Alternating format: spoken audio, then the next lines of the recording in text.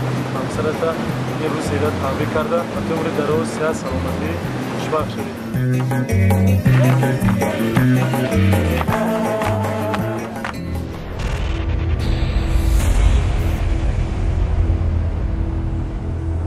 ما در مرکز آب تقسیم‌کنی گلونوی قرار داریم. این مکانی است که مناقشه سرحدی ما از اینجا شروع شد.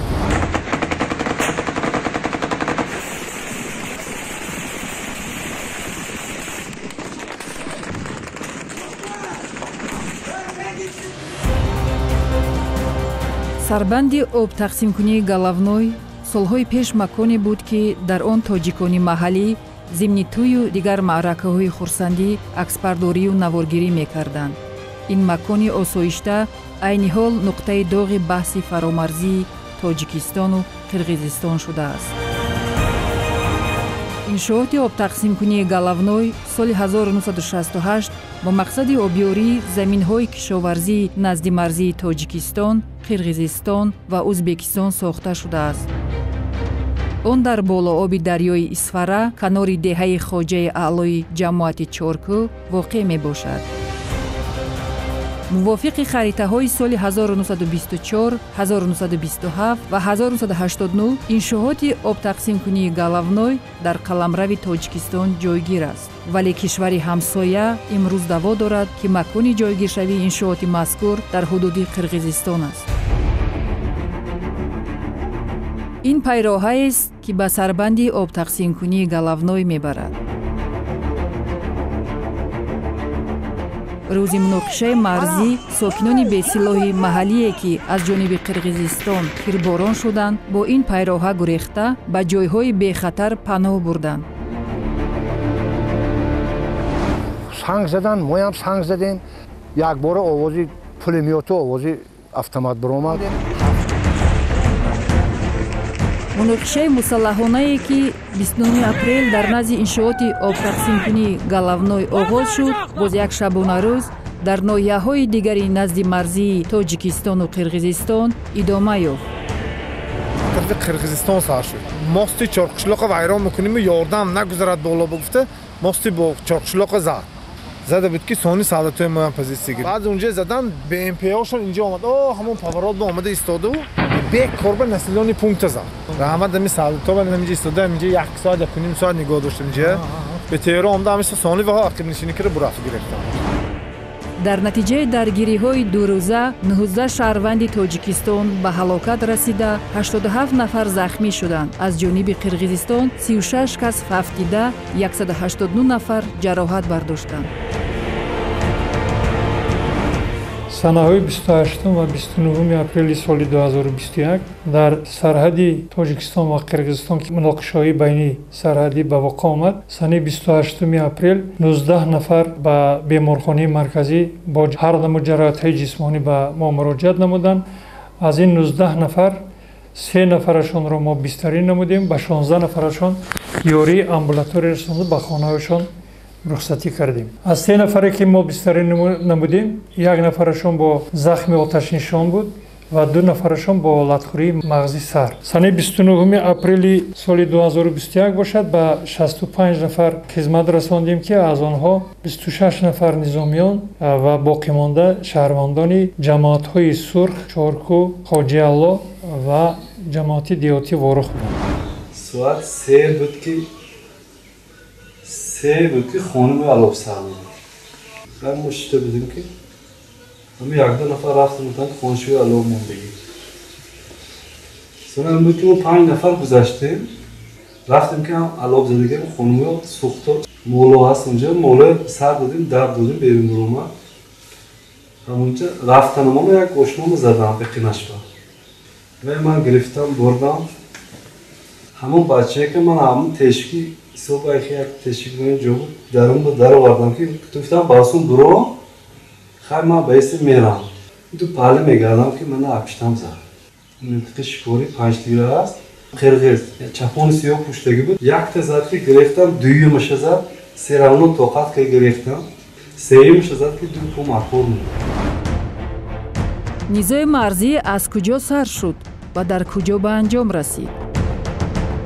کدام جانب مناقشه را آغاز کرد و آن در دل کیا داغی ابدی گذاشت.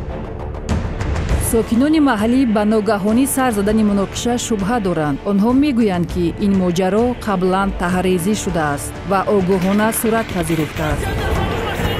یعنی بحث برانگیختن سر نصب کامراها بهانه بود و نظامیان قرغیز پیشکی برای هجوم آماده شدند. پشت خانه من دیوار من اینجا من زندگی میکنم، اینجا قرغیز زندگی میکنم.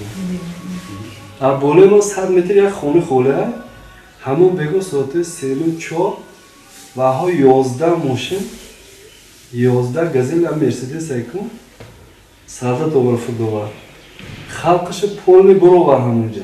یک روز پیش پر ماشین میبیاد ساعت میفردونه گراجدانسکش بار میکنن میبره. اکو دلمون بود که این کار میشه. همون و ها امتی کارساز اودموشو دوبارسو یکم کار میکنن میکی ما باورمون بود که جنگ نمیشه، اما هر وقت سنگ زنان میشه با بس میشه. از 4 طرف همین صدای تیر برآمد. بعد فهمیدیم که در حقیقت بعضی جانب همسایه پیشتر آماده گرفته کمین گرفته بودند. ضمن مناقشه دو روزه در منطقه‌های نزد مرزی تاجیکستان و قرغیزستان ده‌ها منزل استقامتی و انشاءات گوناگون ویران و ولنگار شدند. دهه سامانیان با 1200 نفر اهالیش در این درگیری خسارات از همه بیشتر مالی و جانی دیده است. در آن از شماره عمومی خانه‌های سوخته 10 منزل استقامتی پره نابود شده است. با گفته ساکنان دهه سامانیان، خانه‌های تاجیکان را نظامیان قرغیزستان چنان ماهرانه از کوه نشان گرفتند که منزل‌های قرغیزنشین در همسایگی آنها تماما ضرر ندیدند. از همه پس خانه ما علاو در گرفت. ما گرفتیم بچه‌ها رو همه بیرون برو وردیم.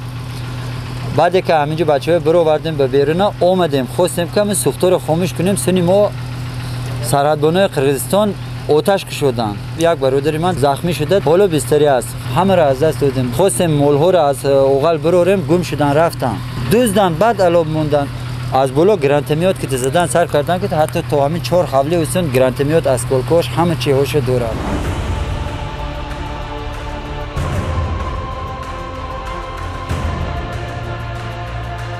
دهه خواجه اعلی. پس از 6 روزی مناقشه حالا هم دود از خانه‌های ویرانه می‌براید.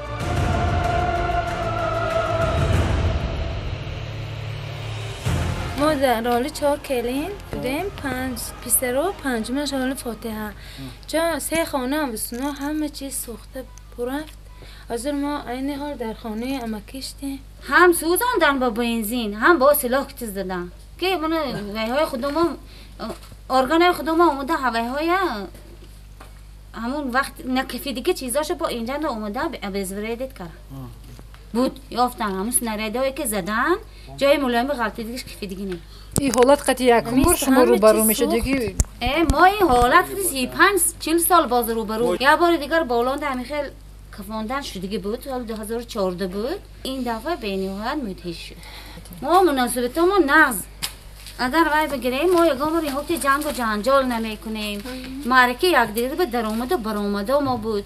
من نمیدونم اینها روی کی این رفت وی هاشون معامله هاشون یا عتقی دل ما نمیدونیم. من قرغیزی میدونم خیلی 70% یا 80% میدونم. من فهمیدم که بابا گفتن که خلق اختتیر اینجا اختتیر نه یک محله استانش اختتیر.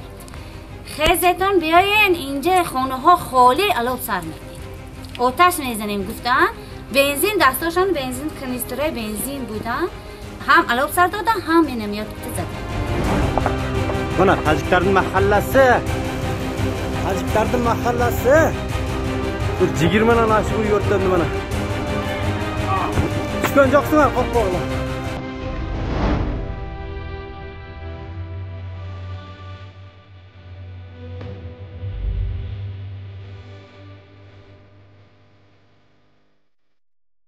در منزل‌های آسیب دیده الکای کارهای ساختمانی آغاز شدند. با سپارش راهبر دولت همه خانه‌های ضرر دیده از جانب حکومت در مدت 1 ماه پوره برقرار می‌شوند. бо вуҷуди рафъи оқибатҳои низои марзӣ омилҳои барангезандаи он номуайянии хатти сарҳад масъалаҳои дастрасии сокинони маҳаллии тоҷику қирғиз ба захираҳои об заминҳои коррам ва чарогоҳу роҳҳои нақлиётӣ ҳамоно боқӣ мемонанд то замоне ки ин омилҳо бартараф нашаванд эҳтимоли сар задани муноқишаи нав мавҷуд аст.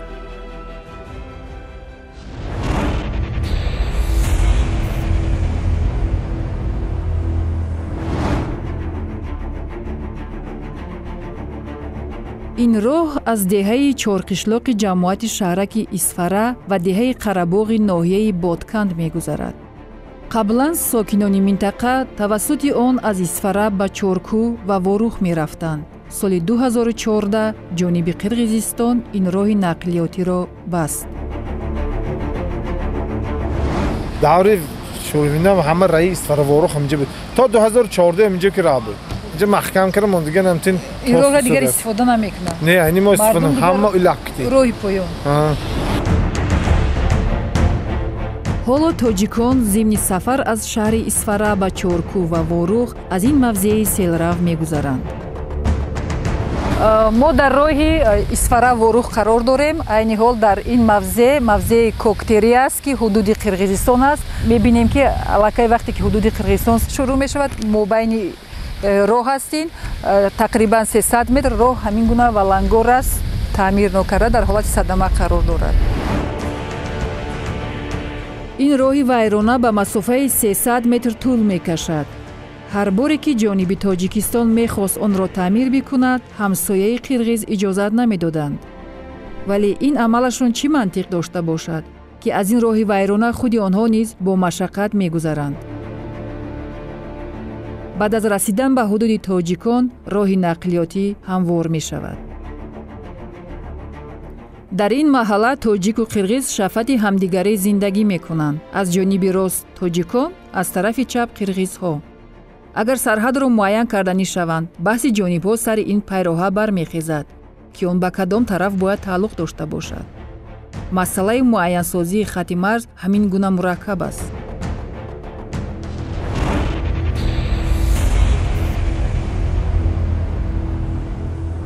солҳои 80 ба ҳаме колхозу совхозҳо супориш доданд ки фермаи шерӣ молӣ кунад.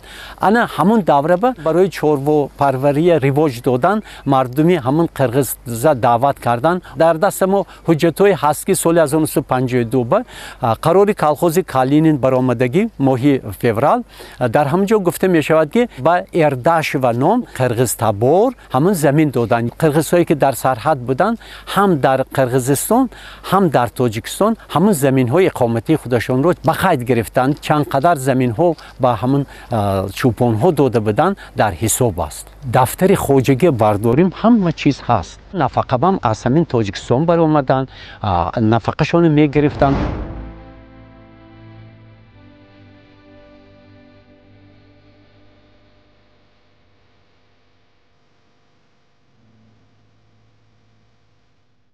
абдуманон розиқов солҳои тӯлонӣ далелҳои зиёдеро аз маъхазҳои таърихӣ ҷамъоварӣ кардааст ки ба тоҷикон тааллуқ доштани заминҳои баҳсиро тасдиқ мекунанд.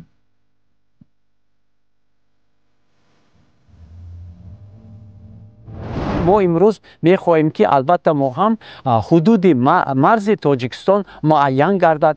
боз чун анъана ҳамон муносибатҳои дӯстонаи мо чӣ барқарор гардад. вақто ки ман ҳам дар мактаб мехондам чандин нафар қирғиз бачаҳо ҳамроҳ мехондем. акнун имрӯз онҳо ҳам дар изтироб ҳастанд дар ҷониби Қирғизистон. мо ҳам дар изтироб ҳастем ки дӯстии мо аз байн рафтааст. дар ҳаллу фасли масъалаҳои марзӣ ба ҳуҷҷат ба он далелҳои таърихӣ бояд такя карда бошем.